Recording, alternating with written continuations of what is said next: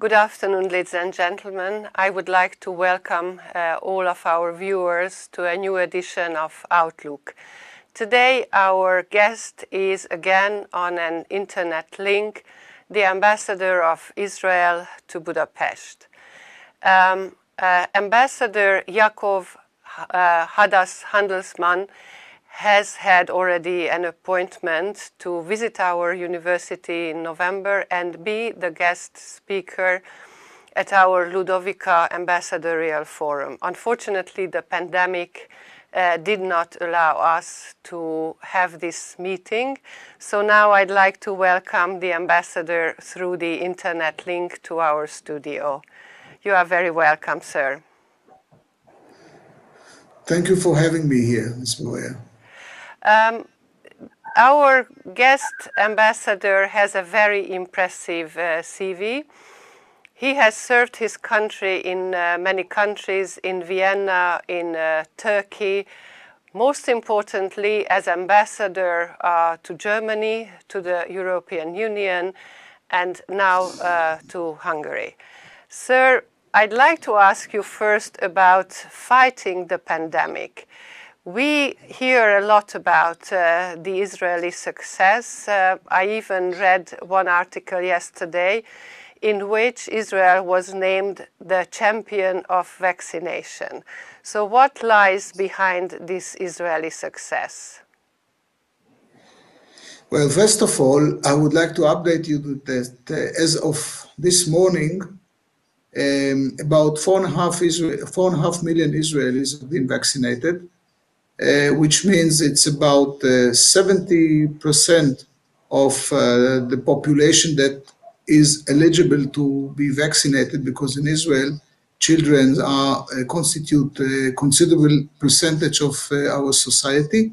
And out of this 4.5 million, 3 million already got the second shot, which means that we have about 30% of the total population in Israel is already inoculated for the second time. It is no doubt a record, and I think that this was achieved due to our efficiency.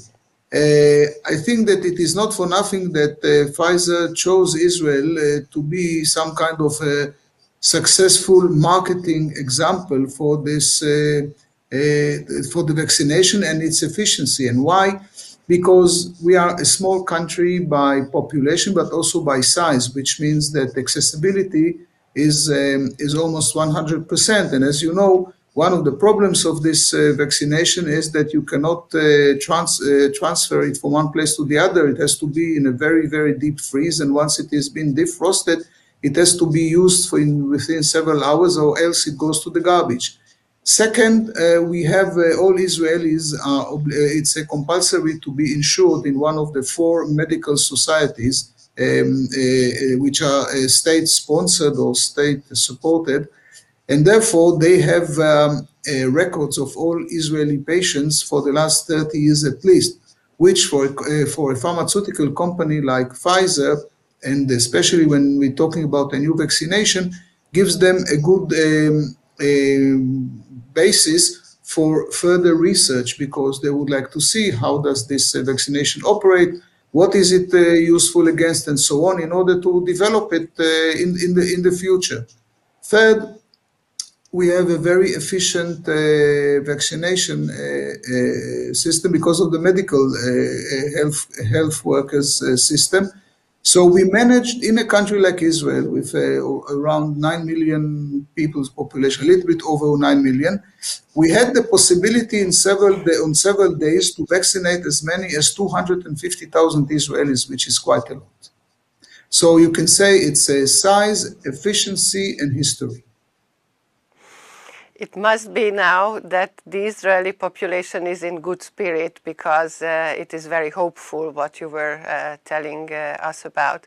I'd like to ask you a little bit about your general view concerning the security situation of the region. You have very deep knowledge of your own region, because as a diplomat you have worked on different important topics, relations, around Israel. So I'd like to ask you how you see the security situation of the region.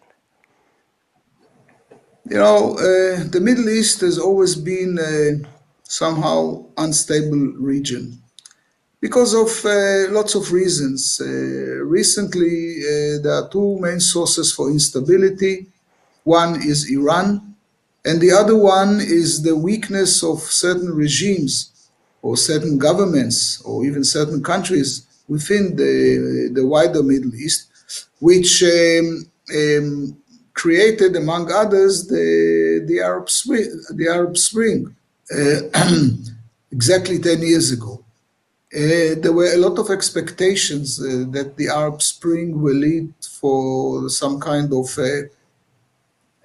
stabilizing process, that there will be more democracy, more freedom for people and so on. But unfortunately, up until now, it has failed us all. I mean, it's a failure. And it's a failure because of many reasons. One of them being the basic reason that you cannot change from 0 to 1. It's not a binary language that you can change from 0 to 1 and vice versa within a split of a second. Being free, being a democracy, it's an ongoing process. And again, the moment, as long as there's no progress, the situation continues to be unstable. It gives a bedrock for movements like ISIS and all the other extreme Muslim terroristic group, which are operating against regimes and against their own people. So this is not very.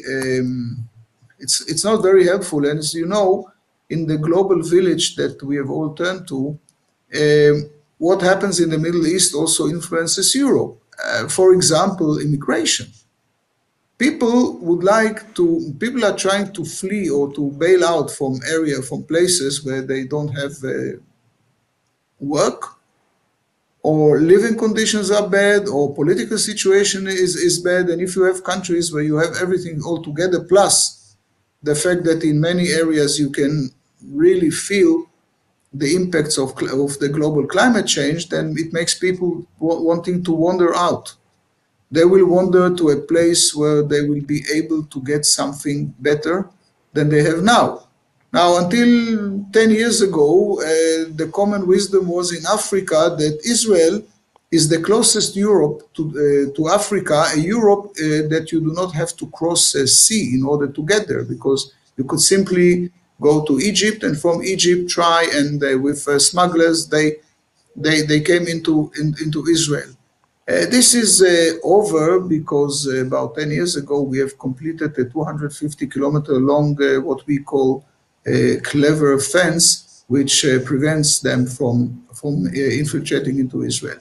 Now, as for Iran, Iran is Iran. Iran does not even bother to hide anymore its subversive activities involvement everywhere in the Middle East. You see it in Syria. I mean, Assad regime could not have survived the so-called Arab Spring and the spring there and the fighting against all the other forces had it not been by a heavy or big support by Iran, not only by weapons and money, but also by troops.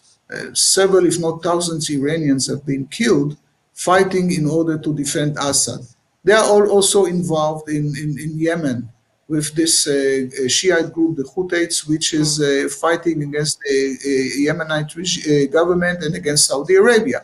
Of course, they are involved in helping Hamas to fortify its efforts to be able to challenge Israel. And in the Gaza Strip, I haven't mentioned yet Hezbollah. And it goes without saying that last but not least, we have to talk about its aspirations to get the nuclear, military nuclear capabilities. And this is somehow in the headlines in the last few weeks since President Biden was sworn in, because unlike the Republican administration, the Democratic one would like to try and explore the possibilities to go back into this agreement with Iran, even though it's going to be a much improved agreement. But So again, if you to sum it up, it's a very vital area and it influences Europe. And the stability is not very, it's not common there because of Iran and because of the failure of the countries to move forward and open up. I can assure you, sir, that this is a topic that our students and experts will be very keen to listen to you when you are coming to our Ambassadorial Forum at Ludovika.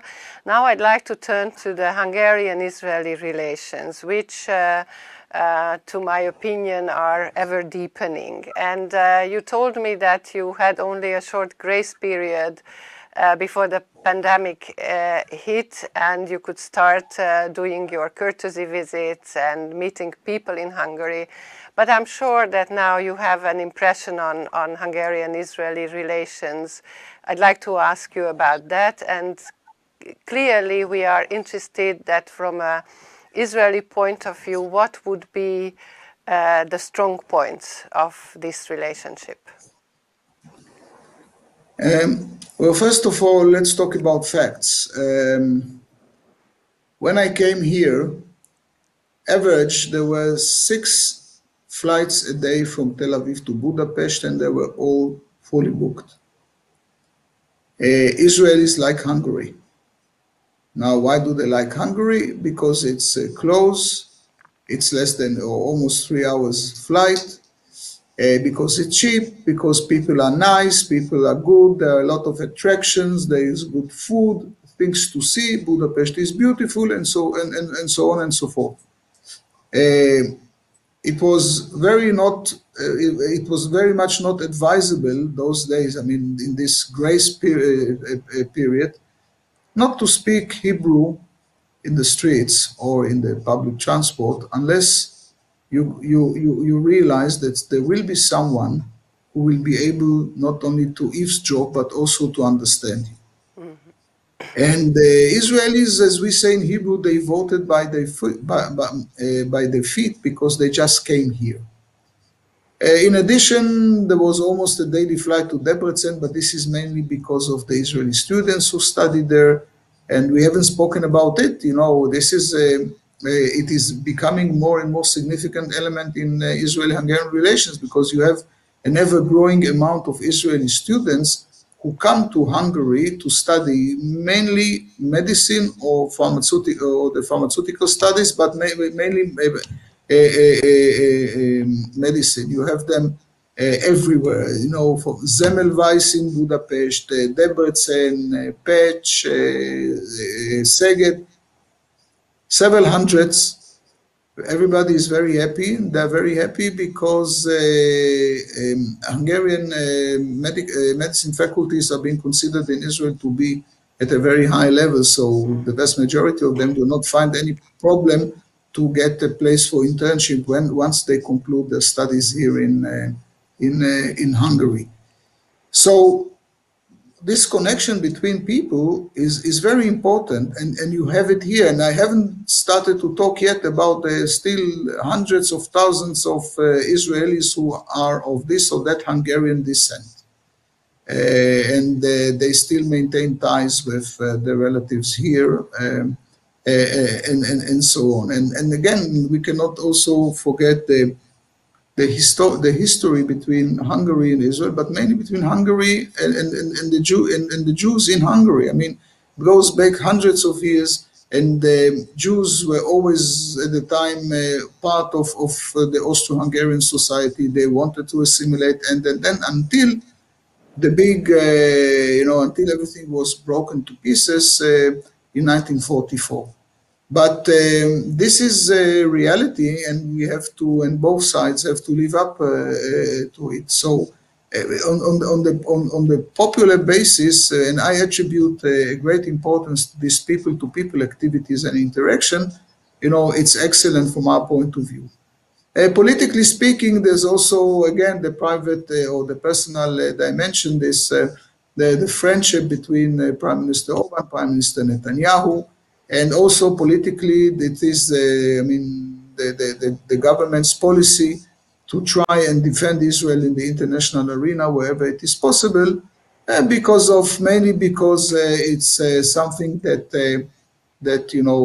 needs to be corrected. I mean, this kind of one-siding positions against Israel, especially in the EU, or in the UN and in the EU, according to the Hungarian government's view, it's much too much, and it has to be not moved to the other side, even just to balance it. And Hungary is doing it very well, and we are most appreciative to Hungary for this.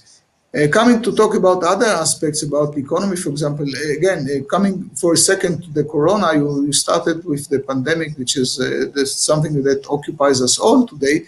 There's a lot of activity going on between Israel and Hungary. I mean, in the academia, in the economic domain, on the administrative, on even exchanging views on how this or that should be dealt with, like how do you make people to vaccinate, to agree to be vaccinated, or how can we do things together? What is the attitude towards towards people who are vaccinated or not, or how can we try and run normal lives under the current circumstances without taking any risk? But still, you cannot freeze everything and say, we wait until it's over, because nobody knows when exactly it is going to be over. So it seems that the world will have to come to terms with a situation that you have to live with, something that did not exist before.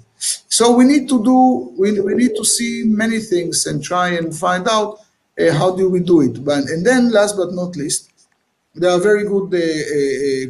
a very good cooperation between the academias on both sides. Universities are working together. And we're trying to promote all kinds of high-tech or innovation cooperation. We're working together on space research. We are about to sign a new science and cooperation agreement, or again, the agreement has been ready for almost for over a year, but since we are always in between elections, there's no time. I mean, there's no legal possibility to sign the agreement. Now, for 8 months, we had a normal government, which means not a transitional government, but then Corona came into our lives, so it was difficult for ministers to come and go inside the agreements. And now we have another election. So at the end of the day, there's a lot going on in between the countries, and I haven't mentioned yet sports and other things that we are cooperating very close, sometimes very close. Sir, unfortunately, our time is running short, but it would be good to go deeper in the different fields. Again, I must say that we hope that we can invite you to a speech to be given at the Ludovika Ambassadorial Forum. Finally, I'd like to mention that in our institutional development plan, there is a very distinct wish that we are deepening and broadening our international relations. And I'd like to ask you whether we can ask for your good services to have Israeli universities as partner institutions in the future. I can assure you one thing, that I will try my best. Now again, it will take some time because of the current situation, but yes, I mean, we are open for any kind of cooperation. We are cooperating with Europe. Israel has about 1,500 projects in the framework of Horizon 2020, and I wonder how many will we have in the framework of Horizon Europe.